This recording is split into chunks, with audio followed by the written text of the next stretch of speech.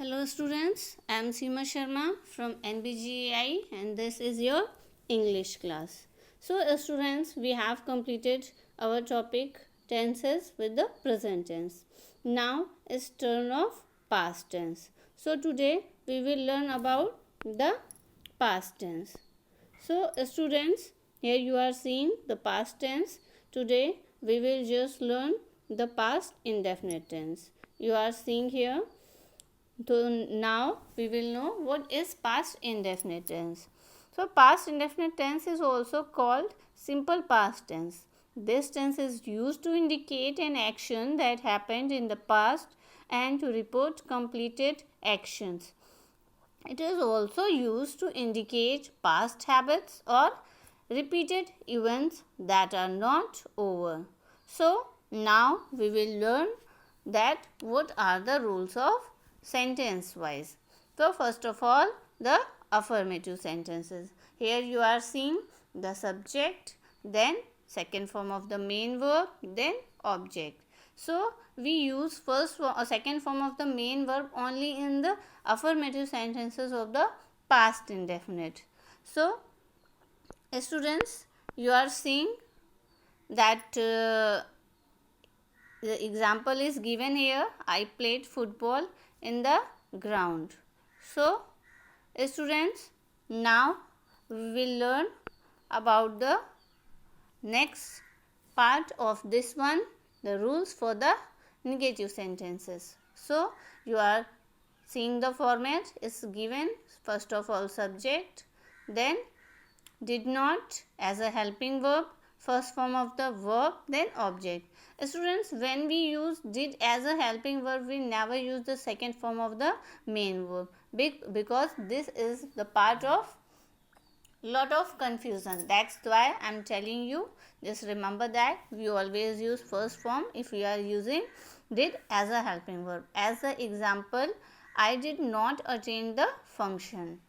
So rules for interrogative sentences. First of all, did, the format is given here, did, then subject, first form of the verb, then question mark at the last, and the format for the sentence which is started with the question word. So first of all, question word, then helping verb did, then subject, here you are seeing, and first form of verb, then question mark. Question mark is must for all. It's compulsory in the interrogative sentences. As the example you are seeing here, did you play a game? Why did you abuse her friend? You are seeing this is example of this format and this is the example of this format. After that, the past continuous tense. Here you are seeing, because I hope that you have understand the past interrogative sentence. Past indefinite sentence. This tense is used to indicate an action that was happening at some time in the past. The time of action may or may not be indicated, used with always, continually, etc. for persistence, habits in the past. So students, you are seeing that from here we are just learning about the past continuous tense. Now we will learn the formats of the sentences. So affirmative sentence. First of all, singular subject. Here the helping verb of the present past continuous is was and were. Was with the singular subject, were with the plural subject. You are seeing singular subject was, then first form of the verb ing, then etc. As the example is given here, she was driving her car. You are seeing the she is the singular subject, then the format of the plural subject were, first form of the verb ing plus etc. As the example is given here, they were making a noise.